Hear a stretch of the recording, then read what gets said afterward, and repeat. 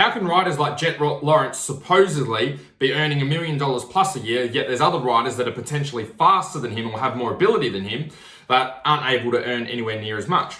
And I think what that comes down to is the brands or manufacturers that are out there are looking at, okay, how can we get our brand more attention? Okay, how can we get more eyeballs on our brand in comparison to all of the other brands or businesses that are out there?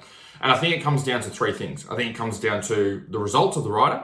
I think it comes down to their personality. And I also think it comes down to their asset that they have, which is their personal brand, if they've chosen to be able to build that. So if we have a look at Jett, does he get results? Yes, he does. Okay, he does really well on the bike. He's won the Supercross Championship, won the Pro Motocross Championship already, and he's won, at the time of doing this video, he's won all 4 overalls of the Pro Motocross so far this year. So results, up there would be a 10 out of 10 if you're looking to invest in a rider. Personality, what's his personality like? Do people like him? Do they listen to him speak? Do they like to be around him? I would say that's probably also close to a 10 out of 10, okay? He's exciting when he's on press conferences or doing interviews. He's brought, donuts up on the podium. He's done different types of things that just allow you to get to know him a little bit better. It's not all about riding and racing and results and, how everything went through the race minute by minute. He actually talks a little bit more about himself and the things that he enjoys doing outside of riding and racing, which I think makes him a little bit more relatable to people.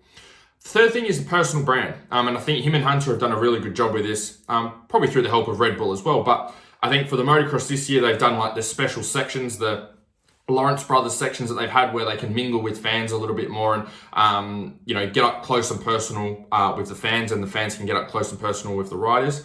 And they've also got a fair bit of social media stuff happening as well, which they're quite on top of. So personal brand would also be up there. So if you're looking to invest, like if you're a manufacturer, you're a business like Red Bull, and you wanted to promote your business, then that would be great assets or people that you'd want to have on board. And you'd probably pay them more than what you'd pay someone like maybe Justin Cooper or Austin Faulkner, who debatably have a similar level of ability. Why are they not earning the same amount of money? And I think it comes down to those 3 things. Results, I think they're probably up there. Austin Faulkner, obviously a lot of injuries, so maybe not in the results column. Justin Cooper, though, I think it was last year, had more podiums than anyone else in the 250 class. So I would say his results would be up there for Justin Cooper, but personality-wise, does that shine through on press conferences and interviews?